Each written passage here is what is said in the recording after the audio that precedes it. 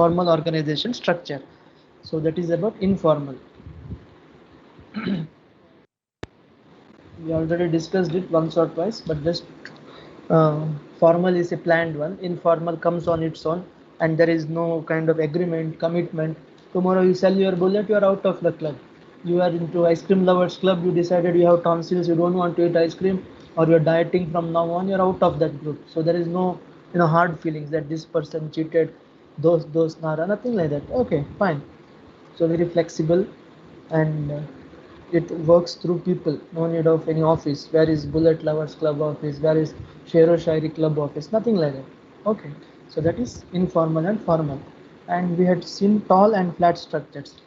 Okay, tall, where there are many levels. Okay, flat structure is one which relatively flat and it is wide. What happens is, in tall structures, the communication takes a long time. Okay, so when we talk about span of control, that is number of subordinates under one manager, in tall organizations, usually it is narrow span of control. Okay, in wide organizations, it is um, wide span, um, and delegation of authority is usually high in wide span. Okay, so talk about span of control, like I told you, number of managers reporting to one boss. So we had discussed several factors which affect this span of control. Like when the manager is well trained, he can handle the people well, he can handle more people. If the subordinates are well trained, a manager can handle more people. Like I told you, if there is something complex and subordinates are not trained, so the manager has to micromanage, he has to look at each person, so the span will be narrow, only less people. Suppose some routine work you are working on, say AutoCAD or Photoshop or something, people are expert in it, so the manager can handle more people. Okay, so if the thing is well planned, and in static and dynamic industries, in dynamic, narrow span, because things are changing frequently, you need micro observation. In stable business like manufacturing, some machine has been used for 20 years, people know how to operate it, things are more or less stable, so the manager can handle more people. Okay, so these are some of the things. Then we had seen departmentation. Very simple. Many of you had asked many questions about this, good questions, and I think you understood what is this. It will simply have a quick glance. Departmentation by simple numbers. You are doing some task, you need 10 people to do the task, so you're just taking 10 people in that, you're not breaking your head. I want to take this table out, I need 4 people, only 4 people who have 9.5 CGPA come here. No, you just need 4 people. So departmentation by simple numbers, you don't break your head. Okay, departmentation by time, we told when it is required for shift kind of system, you are putting people in different time zone, in different time limit shifts. For example, you need to work something for 24 hours, some machine you want to run for 24/7, so people should work in shift. Okay, hospital, fire service, hotels, you know travel industry and all. So that is departmentation by time. The problem here is, night shift become, the supervision becomes difficult in night shift, and for overtime we'll have to give some extra allowance, and there can be fatigue. So some disadvantages, but advantages, capacity utilization, and services available 24/7. So that is about it. Functional departmentation. Okay, here you are classifying people based on functions. Okay, you're making departments based on common functions like marketing, engineering, finance, production, human resource, or sales, purchase, like that. So your MBA marketing, you will be put in marketing department. Okay, so there will be vice president, then marketing, engineering, like that, based on functions. So advantages, you will be equipped with things which will help you enhance your skills, and you'll be working in your expert zone only. Okay, so that is functional. Now if this functional department, suppose you have different clients, one in Noida, one in Delhi, one in Dubai, one in say Chennai, one in Hyderabad, one in Bangalore, so same functional in different zones, so that we call it as geographical departmentation. Okay, vice president for Delhi plant, vice president for Noida plant, vice president for Hyderabad, Bangalore, like that, and below them will have your normal functional departmentations. Okay, like engineering college in Manipal, engineering college in Jaipur, so there will be VC, and there will be other departments. Okay, director Mahe, sorry, director Manipal, and under him there will be Aero, ENC, Mech, like this. Vice President, Director Jaipur, and like below him you will have same like mechanical department, civil, whatever, like that. So that is your geographical departmentation. Yeah, then all comes overlaps, simple ones, process. Your you're classifying based on process or equipments used. Like you're making a table, so cutting department, solving department, polishing department, assembly department, like that. Okay, so that is process or equipment. By customers, departmentation by customer based on the customers you are handling. Say foreign customers, domestic, wholesale, retail. So you have different departments to handle each thing. Okay, so it becomes easy. Product departmentation similar to customers. Here we are talking about the end result, the product. Okay, like two-wheeler, three-wheeler, four-wheeler, like that you have.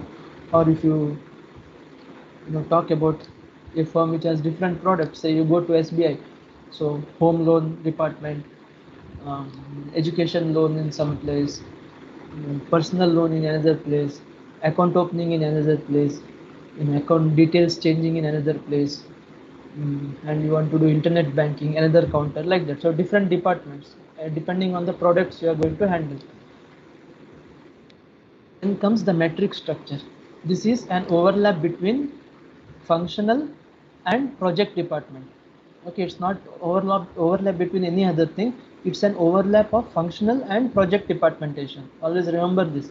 So if you see the vertical columns there, these are functional departments: research, sales, engineering, production, administration, finance. Okay, and the row that is project departmentation. So project and functional overlap. So I told you, whenever you talk about matrix departmentation, one striking thing is unity of command is violated. Okay, unity of command, not anything else, because you have two bosses there. If you look at, say, engineer B or engineer C, project manager is there and vice president is there, like that, for any box you take. So there are two people commanding that person. So we understand that the vice president will talk to the project manager will be your command giving authority.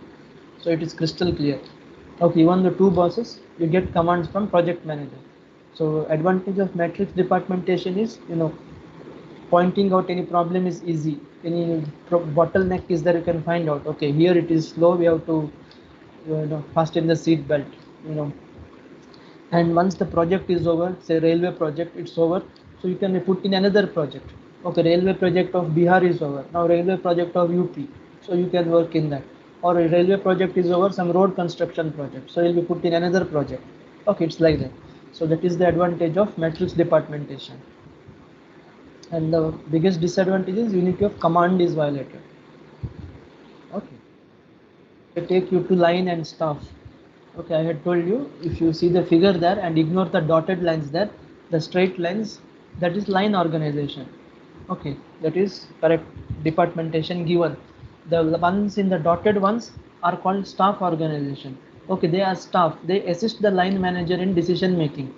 Okay, so usually, HR department, quality officials, all this we put them in staff. The meaning is they don't have authority over the line subordinates. Okay, if you see the figure here, plant superintendent has worker 1, worker 2, worker 3 under his authority. But the repairs officer, quality inspector comes above them. That doesn't mean they have control on these workers. Okay, they can only assist the plant superintendent. They can only give commands to him. He will be having the authority on others. So usually in organizations, like we discussed, there will be always some conflict between this line and staff. Okay, production manager will have problem with quality managers, because quality manager people will come and start that this is wrong, that is wrong, another thing is wrong. So production manager will tell us, we know how to handle it, we will take care. Okay, so the problem because of line and the problem of line and staff conflict is because line managers feel that this staff, they assume line authority. Okay, they do not give sound advice, they steal the credit for success. Quality is good because quality department is good. Actually production department, from their point of view, if you see, production department has done all the hard work. Okay, they have taken care of quality, done the necessary changes and made good quality product. But quality people will think it's because of us. Okay, so if you think from quality point of view, I mean quality staff point of view, they'll feel that these line people are not taking our advice. They don't like we giving advice, and they take the credit for success, whereas it is our success, like that. So there will be conflict, but in general, we have to go hand in hand. Okay, so basically line and staff. The staff are the ones who assist the line managers in uh, decision making.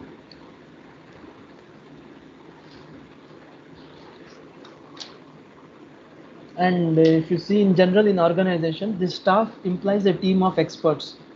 Okay, staff organization. These are kind of experts in quality, experts in human resource management, experts in maintenance, like that. So that is about your line and staff. Now, if you look at delegation of authority, authority is the right to give orders. Responsibility is your you know obligation to do the things asked from you. Okay, something is asked, you have to do. When authority is delegated, one should accept the responsibility and the subordinates given to complete the task. Okay, so authority can be delegated, responsibility cannot be delegated. Okay, responsibility is absolute. If you are responsible, you cannot pass on that responsibility to others, but authority can be delegated. Okay, so if you look at the process of delegation, this is how it looks. When something is to be delegated, first people think of the expected results. Okay, then assigning the task to different people, then the assignment of authority. Okay, how much authority should be given, till what extent they can take the steps, and then it has to be reported, and then the responsibility is given. You are asked to do under the given premises. Okay, so this is about your organization in simple terms. Now let me take you through staffing.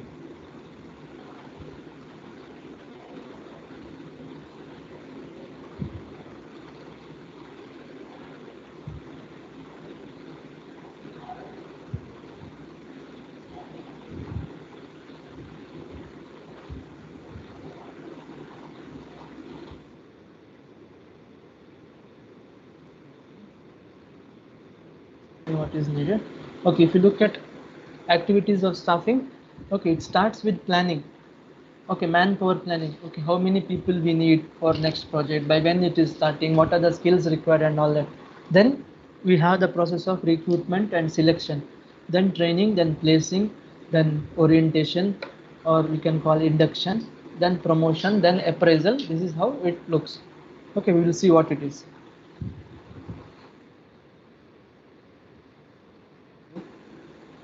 Okay, so manpower planning, you have planned something. Okay, that we need these many people for the next project and all that. So you have found out that we need 20 people, 30 people, whatever. So now, what are the things you are looking for in these people? That is your job analysis. In job analysis, you're talking about job description and specification, like what is shown here. In description, you are you are describing the job. Okay, what kind of job it will be. In job specification, you are specifying what are the required things. Okay, so this is one important step. This, if this is done well, your headache will be reduced. Suppose you're telling that Mahe is recruiting, so anyone will apply. Librarian also, security person also, retired army chief also for warden position or chief warden position. 10th pass people will apply, 12th pass people will apply, lab technicians will apply, so many will apply. So huge application. Then tell clearly, Mahe is recruiting librarians. Apply. Okay, so ones who are qualified to become librarians will apply. And along with that, some random applications will come, but those will be handful. So very clearly, you have saved your time and energy. Okay, so a good job description as a good job title. Location also, we are looking for librarian in Jaipur. So a person from Parkala who has done some library related course may not apply, because he knows he'll get in some other college here nearby. Why go to Jaipur? Okay, and then job summary, what it is, reporting to whom, some work conditions and all that. Okay, some kind of any risk is risk is some kind of job risk is involved in that. All that is explained in job description. In specification, you're telling, okay, we need only BTech, we need only BCom, we need only MBA or postgraduates only, or PhD holders only. So people, they know when they apply, okay, not for me. So limited applications will come, and the ones which fit your specification will come.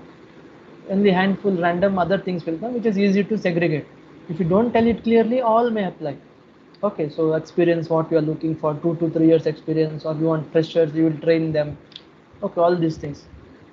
Sensory demands, you don't want colorblind people or some other these kind of things. Tell that clearly, so people know whether they should apply or not. Okay, so that is a good job analysis, where good job description and specification is done along with job evaluation. Job evaluation is how much you have to pay. Okay, thinking of internal equity and external equity, thinking of the market rate, what is the prevailing market rate for these positions, and in our company how much we have paid last year and how much we'll pay this year, so that you don't pay freshers more than the ones who are experienced. It can cause problems. So think carefully and decide on what you're going to pay. So this becomes your job analysis. So once this is done, then you tell the external world that you have vacancies.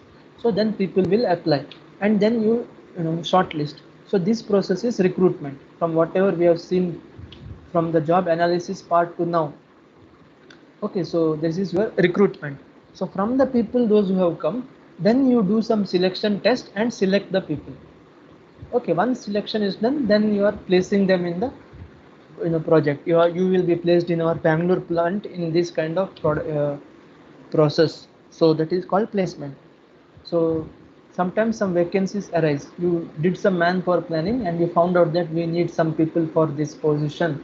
So one thing is you can look for internal sources, and then external sources also are there.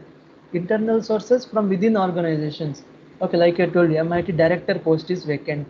So first look for things internally. If anybody is eligible, can we have our own people who can be promoted to that position? People with some proven skills, can we push them to that position? Or we don't have, you want to get from outside. So when any organization does this, they find out, okay, internal we cannot, so we'll go for external. So external source, your campus placement is an external source of recruitment. Okay, organizations, they don't have that kind of skill, so they come from outside. Okay, internal source of recruitment, suppose you are transferring, there is a HOD post vacant in Jaipur for mechanical, so they may transfer from Manipal. So that becomes internal source of recruitment because it's the same plant, different location. Okay, so that is internal. External is totally from outside, like your campus placement and all those things. If you look at internal source, promotion, transfer, retire, all those things internal. External, like your campus placements through advertisements, through employment agencies, or the ones who applied randomly or planning to take them in. So all this comes under your external source of recruitment.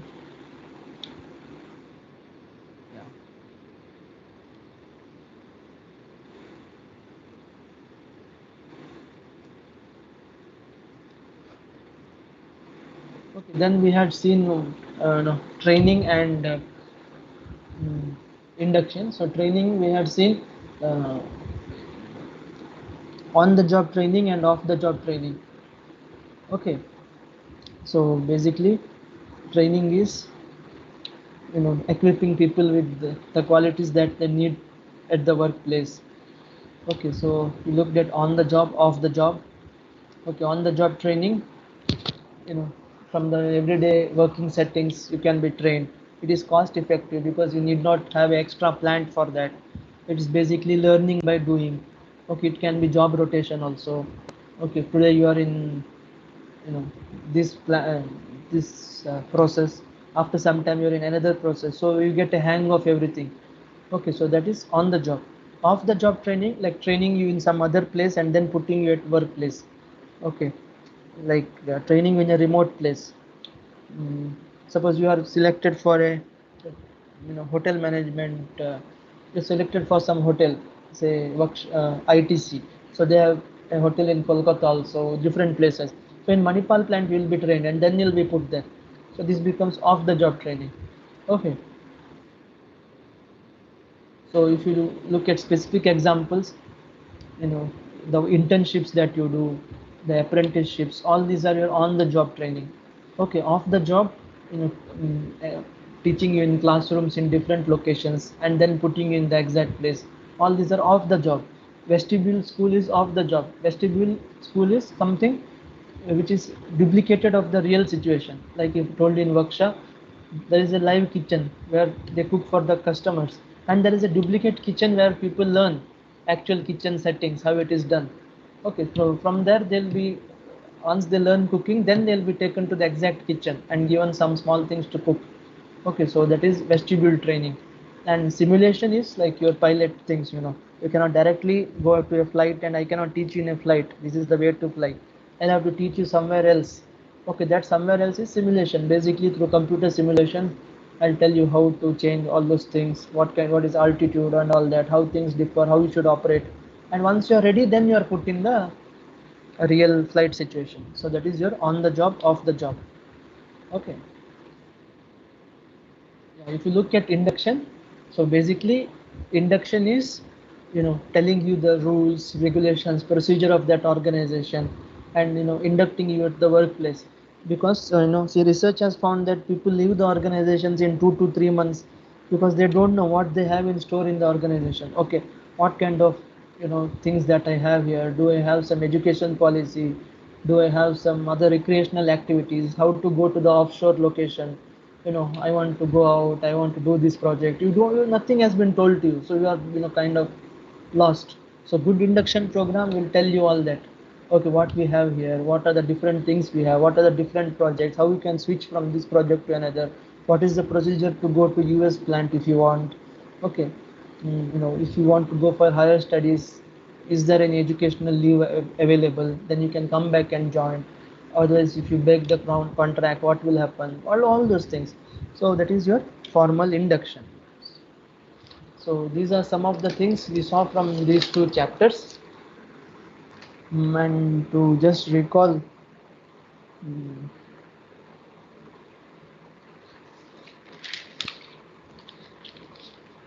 yeah, that much is enough. If you know all these things, you can manage well. So that much is fine, I guess. Mm. Yeah, 165 I guess. So let me just download attendance now. Anyways, after the quiz, your attendance will be there. All. Yeah. Any doubts so far? You want any clarification? At just before 3, I'll be pasting the link in the chat box. You can click on that and you can start answering. That will be the way to go about this quiz today. Yeah, anything is there, you can ask and clarify. Any doubt, anything? The floor is open. Yeah, anyone? No one? No doubt? Excuse me, sir. Yeah, Arohi. Yes, sir, in matrix structure departmentation, you said that it is a hybrid of project departmentation. So, sir, is project departmentation same as product departmentation? Yeah, okay. You are telling that is project the same as product departmentation? Yes, sir, product or service departmentation. Yeah, it's more or less same. It's all overlapping. Mm, but the difference between this one project and see, in project what happens, all the elements are there, what you see in that functional, no. In product departmentation, all this functional departmentation may not be there, it's a sub of functional. Okay, but this project is totally different, project based. Once this project is over, you dissolve it and you go to another project, and you will have all the elements of the functional in that. So that's the only small difference, otherwise it's more or less same. Okay, so just remember that there is a difference between project and product, and functional is the same. So matrix departmentation, whenever it is asked, it is functional and project. Don't write product. Okay, sir, Okay. got it. Thank you. Yes. Thank you. Yeah. Any other questions? Okay. If you have no other questions, um, either you can log off or mute yourself and come back later. but use this next half an hour for preparation. I'll be posting the link just before 3. Okay, so that exactly at 3 if I post, there may be problem in downloading and accessing it. So just before that I'll upload that. So till then you're free. I'll be muting myself and I'll be shifting to another cabin by then. So you can take a break. Okay, see you at 3 then. Bye.